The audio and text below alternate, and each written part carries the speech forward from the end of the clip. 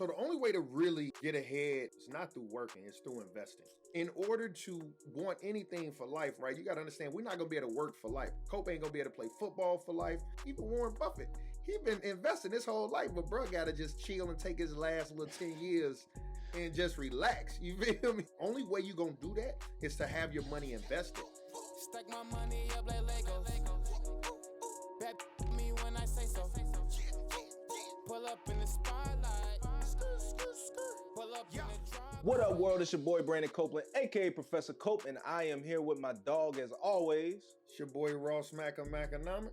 And we are talking money, music, culture. You're now tuned into another episode. You already know what it is. We're not even going to give you the breakdown on what we're doing because you already know what we're about to do. We're about to talk money. So, first and foremost, my dog Ross Mac, you know, a question that I get a lot, especially in the locker room, and especially once people understand what I do off the field, is, man, I want to start investing, man. You know, I'm not going to say everybody don't hit me with the fiend look. Man, I'm trying to get some money. You know what I'm saying? I'm trying to get some money. I want to start investing. I want to put my money to work for me.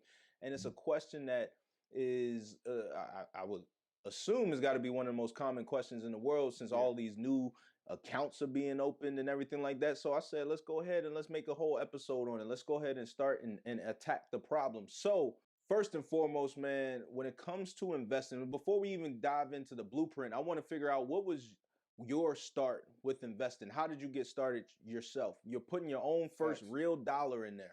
Facts, bro. I got my first start at our alma mater, bro. I'm 18 years old. You know what I'm saying? I'm in the middle of econ one-on-one class, sat next to this one guy who was day trading in the middle of class. Fool had like 25 racks in there day trading, shorty 19, 20. I'm confused at how, one, you even got that much bread to even be playing with at that time, but also day trading. So I'm perplexed at one, what the hell is my man's even doing? So I had to ask him, bro, what the hell is you doing, bro? I'm fresh from the South Side. You know what I mean? The way we were effectively investing in the middle of class, we'd be shooting dice. You know what I'm saying? Like, we didn't do nothing. Mogs didn't know how to day trade in middle class. You would catch a few people, cut class, shoot dice in the bathroom. Shout out them Whitney Young bathrooms. It was legendary. But I'm sitting there like, bro, what are you doing? So at that moment, I had to figure it out. So I ended up opening up a brokerage account, and I ended up choosing E-Trade. Once again, shout out E-Trade. They need to be gone ahead, you know, paying us for this. They owned by Morgan Stanley, you know, my old little shop. So this only makes sense, right?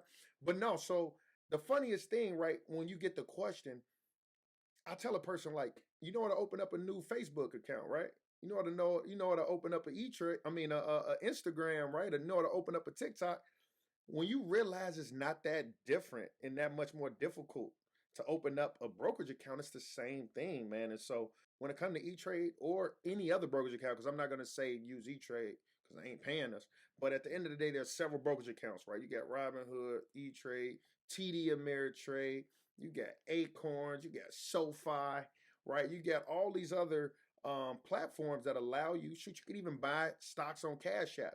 But like at the end of the day, when it comes to open it up, all you got to do is just go to the company's website and click probably somewhere in the top right is going to say open a new account. And from there, they're going to ask you a series of questions, right? What's your name? What's your address, right? And the next, they're probably going to ask you what's your social security number to make sure, right, you're not laundering money or nothing like that. But after that, all the questions are going to be very easy, bro. It's like, okay, you know, what's your investment, you know, what's your history, like what's your experience with this? And at the end of the day, all they ask you is very basic questions, and from there, boom, you're in your account. I don't know, like, did you have that easy of a experience opening a brokerage account?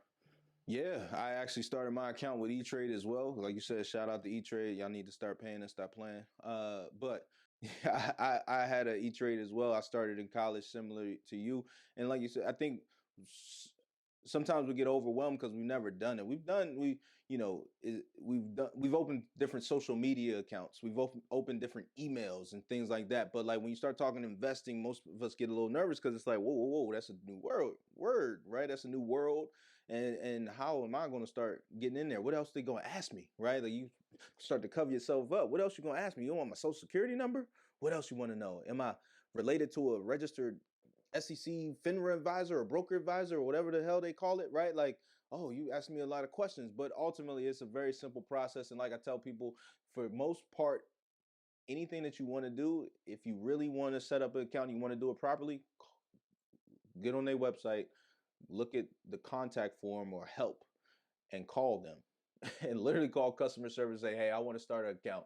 And I promise you, they will walk you through it. There is somebody who's getting paid at these firms to help people start new accounts and walk you through it from step to finish. So that it's that simple. That should, opening an account at this point should never be a barrier to you starting your journey of investing, right? If you aren't willing and can't open an account on your own, then that's, you got a different issue. You don't really want to invest, right? Because you can open an account and have $0 in it. Now, if you have some debt, or if you had some bad credit, or if you have some other issues on your profile, on your social security number, then they might not even let you open an account. They might not let you open a bank account if you got some things like that. So I understand that. That's a different hurdle that you have to get through. But for most people that are trying to start an account, there is no excuse in 2022 to not start your account. Like you say, you can start it at so many different places, and on top of that, because you can start it at so many different places now, because you have to understand that so many different firms and brokerages are trying to sell you so that they can get your business. They want your money managed by them, or they want your money managed within their brokerage account. That is where you need to do some research. I would say you need to understand the track record and the history of anybody that you're putting your money with, right? For me personally, if I'm putting my money in somewhere, the money that I've worked hard for, I want to make sure that this company has a strong track record and enough funds on their books to make sure that they can pay me if things go bad, right? I want to make sure that it's not FDIC insurance. FDIC insurance is for banks, right? Where you have up to $250,000 as an individual, $500,000 if you're married, where if this bank goes bankrupt, they will still pay you. The government will still pay you. They pay an insurance program.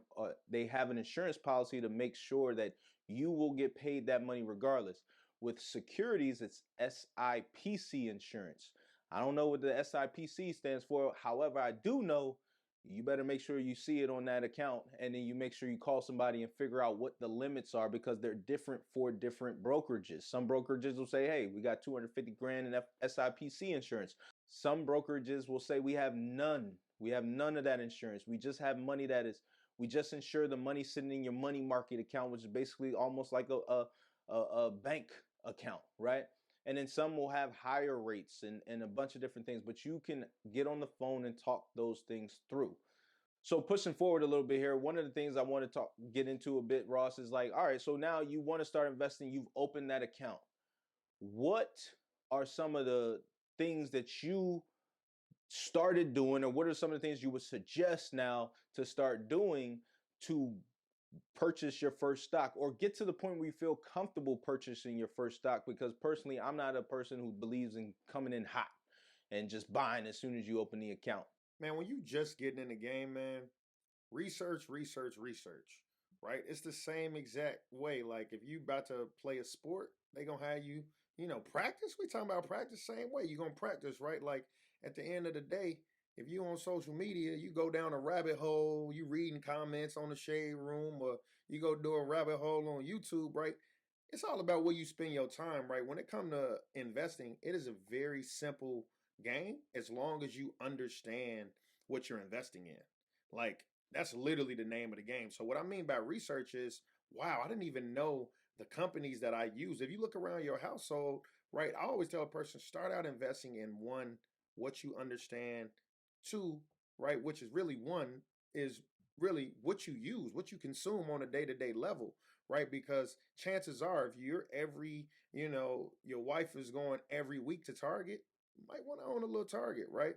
If you get 20 Apple devices in your household, chances are you want to own a little Apple, right?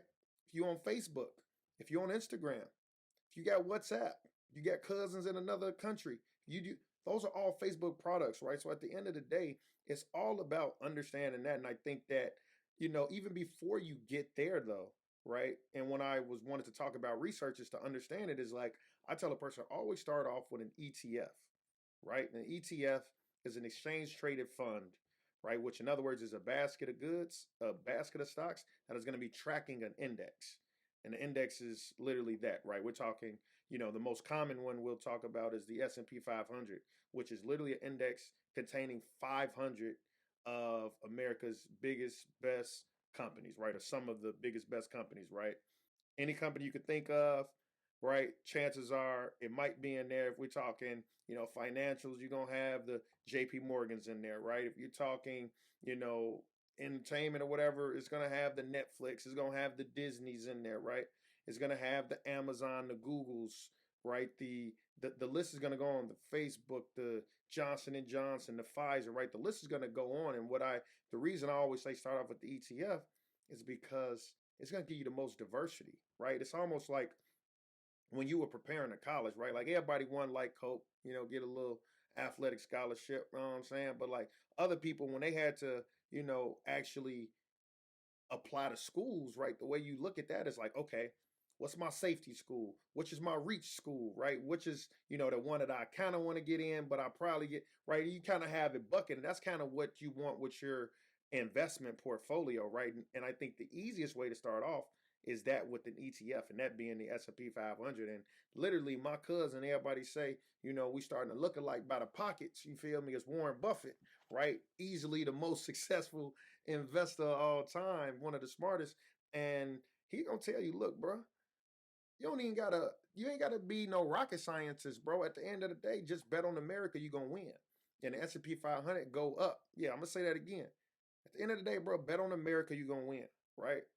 I ain't got no red hat on with them other letters on it. I don't care if you're a Republican or Democrat.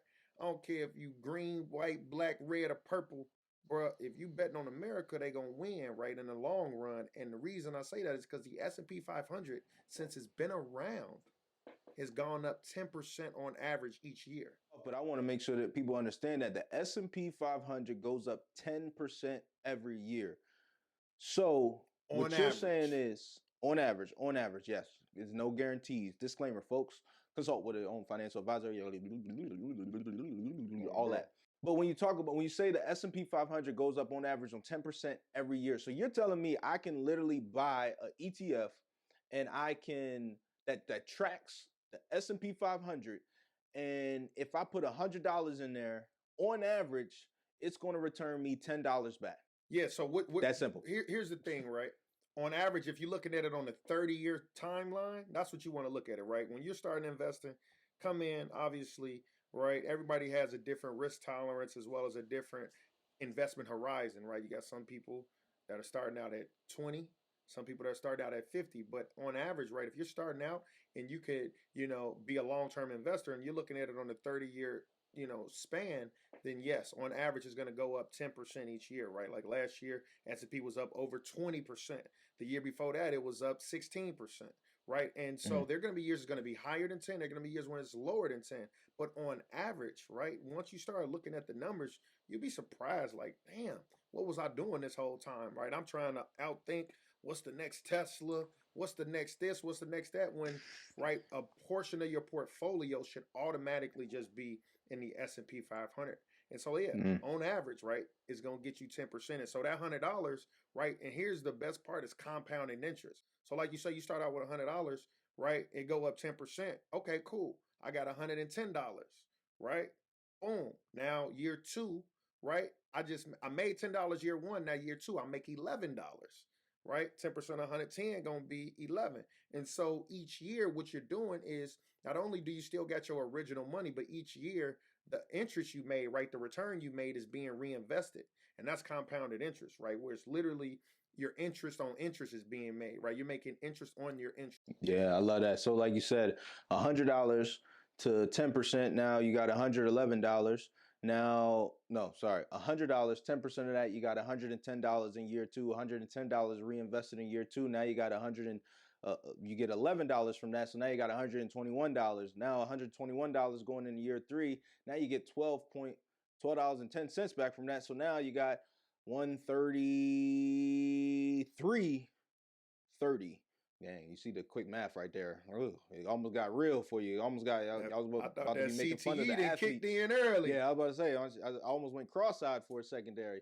So you got $133, right? So now this thing builds. Now the next time you got $133 working for you. So we go to school. We sit in class. Why are we sitting in class? To get a good job. Okay. Why do you want a good job? To make money, right? But nobody ever teaches you what to do with the money. So then you are literally working for a paycheck. Okay, I got this paycheck. Boom. Okay, cool. Let me put it in the bank. Let me pay off this debt. Let me pay off these bills. Cool. Let me go back to work to make another paycheck. Boom. And then your schedule gets so tied up. You get kids and all that type of stuff. And your schedule's so tied up that now you've just caught in the cycle. You've caught in the cycle. And at a certain point, you don't put your focus on how the hell do I take this paycheck and I invest it into other people, companies, and opportunities that will go to work for me so that one day I can sit the hell down and just Face ID, boom. Okay, we good. Apple revenue, look, real talk. Apple revenue pops 11% to 123.9 billion despite supply chain concerns. I just made money while we're shooting a podcast. You know what I'm saying? So real life example of we got to put our money to work for us because your boy just made money. My sons just made money. My wife just made money. The fam just made money because they are working for us. So that is what buying the stock and investing does. Go ahead. Don't act like me and my family ain't made no money off Apple too, bro. Ooh, come on now. Nah. Ooh, don't act like it's just you and Tim Cook making money now, boy. Listen. I need you some ain't of that the only equity. mod, you know what I mean? Apple, we all up. We all eating off Apple. We ain't just got the products to prove it, right? We got the Mac. We all eating off Apple, shorty. But listen, that's why we want everybody eating off Apple. It's not even just about Apple. Fuck Apple right now. I'm gonna go ahead and say that. Apple, please don't glitch my phone. I don't need my shit. I don't need to be in the Apple store waiting so that they can sit there and do everything. Fuck Apple. Right now, I'm talking about investing. when he said that. Look, they're gonna be hacking everything in my joint, right? But it's more important when we talk about. They gonna make you get an Android, my boy. Oh damn, they're gonna kick me off the cloud. But it's more importantly, if we want this thing, if we want to grow and want to have an opportunity to sit back and enjoy our hard work, right?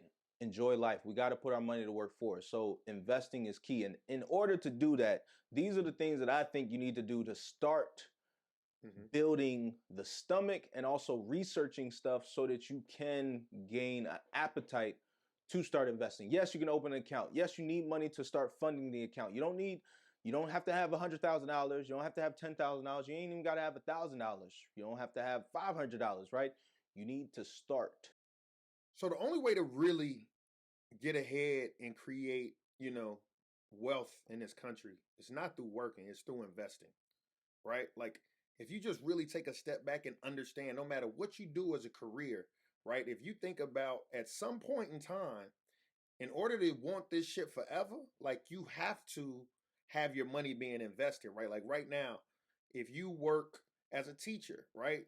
Or you work for the government, right? And you're relying on your pension to retire on. Well, guess what? What that is, right, to just tell you what that really means is that they're taking, right, whoever there, if it's the government or, what it is, they're taking money out of your paycheck every month and they're taking everybody else's money and they're investing that. That's what's happening. They're investing your money and then they're trying to give you that money later on in life. Well, what we telling you is, look, you could do that yourself. So now you might be able to get 2 checks, right? Because sometimes we didn't all heard about certain pension funds blowing up, right? Where, 2008 or, some people, retirement got messed up, right? And so one of the things you want to do is understand that in order to want anything for life, right, you got to understand we're not going to be able to work for life. Cope ain't going to be able to play football for life. You could be the best newscaster in the world. You're not going to be able to literally be on camera for life. Even Warren Buffett, he been investing his whole life, but bro got to just chill and take his last little 10 years and just relax. You feel me? Like my dog, he really want this life forever. But I say that only to say, like, only way you going to do that is to have your money invested. And let's talk about it in real terms, though. Like, if you're not investing, then it's impossible to want it for life because your money is losing its value every year. So at the bare minimum, you need to be invested in something, whether it's stocks, whether it's real estate, right? Like it got to be something. You got to have some type of, business that is generating you some type of cash flow in order to survive and live the life you want forever, right? Like when you think about it, like how are you gonna survive, right? How your kids gonna be straight, right? Like the money has to be invested, and I really look at that and really try to help people that look like us understand that, like, bro, if you from the hood and you think the way to getting out of poverty is to work two jobs, you just misled, right? We just got to do better time management, right? The true way to get out of poverty is to understand how do you change the cycle that you were in, right? If your parents were poor and you poor, how do you ensure that your kids aren't poor, right? It's a lot of things, right? But one, the first investment is investing in education, right? And right now, y'all done already did that because y'all listen to me and my dog Cope. But like, understand there's a few things you got to invest in, right? The education, investing in stocks, right? Hard assets. Cope he love, real estate. We can look at crypto, right? It's just so many things, but you got to understand, like, bro, if you're not investing, your money's losing its value, and you already are losing, right? And we take it a step further. You want to get some life insurance, right? That way, your kids inherit an actual inheritance rather than debt, right? I know it's a lot of people, because when you pass away, your family, if you married, they inherit, and your kids, they gonna inherit your debt. So if you got $30,000 in certain loans, oh yeah, them ain't going away. Somebody got to pay for that, right? And so when you start thinking about that and understanding like the education, it's like, bro, we investing. I know we talking about investing in stocks, but let's talk about the overall education of it, because if we want this thing forever, right, we got to change the cycle. And the cycle start with, understanding the power of money, understanding the power of how to, take your family's situation to the next level and make it better. Yeah, no, I think when you talk about investing, it's how do I extend my work hours without me actually physically extending my work hours, physically or mentally extending my work hours, right? I can only work, there's 24 hours in a day. Let's say if, the health specialists and stuff always recommend 8 hours of sleep. So you got 16 hours left, right? You got work, if you say you're not working 9 to 5, right? Typical 9-hour days with an hour lunch break in there. So now you got, what's that? 7 hours left, right? So what, you trying to work two jobs and you got to cut into your sleep and cut into a bunch of different things, right? Like you also want to enjoy life, but at a certain point in time, if you can put your money to work for you, then it allows you to buy your time back. It allows you to have money working while you're doing some of the things that you love, hopefully. So I think that's the thing to think about it. I want us to not be so afraid of investing, because most of us are afraid, especially in the Black community, of investing because, hey, I don't trust you. I don't trust you. I don't know you. And so now I've worked hard to make this money. And let's even take it outside of the Black community. Everybody, right? I don't trust you. I don't know you. I just met you. Now I'm working so hard to make this money. And now you want me to give it to you, a random website, and deposit money to you and hope that I'm gonna get it back one day? This don't make sense. This is like some fairy tale stuff, right? Some iRobot stuff, but it works. Sometimes you got to emulate the greats. That's what they talk about as athletes. Emulate the greats. The greats, the wealthy folks, they have their money invested. I personally can't think of one wealthy person that I know that does not have their money invested. They might have made their money through outside of investing, right? Tech company, software, whatever it may be, real estate. But whatever they've done, they found some way to get their money reinvested or invested some way so it can work for them in different ways. So with that being said, Money Music Culture. Man. Look, man, you just tuned in to Money Music Culture, man. It's your boy Ross Matt. It's your boy Brandon Copeland, aka Professor Cope. And you just saw another episode of Money Music Culture. This is what we need you to do, man. Press that like button, press that subscribe button, and also press that share button. Share it with your auntie, your uncle, your cousin, your nephew, your nieces, your little snotty nosed kids. Make them sit down instead of watching Coco Melon. Tell them to listen to this. And let's get it, man. Till then, see y'all next week. Let's get it.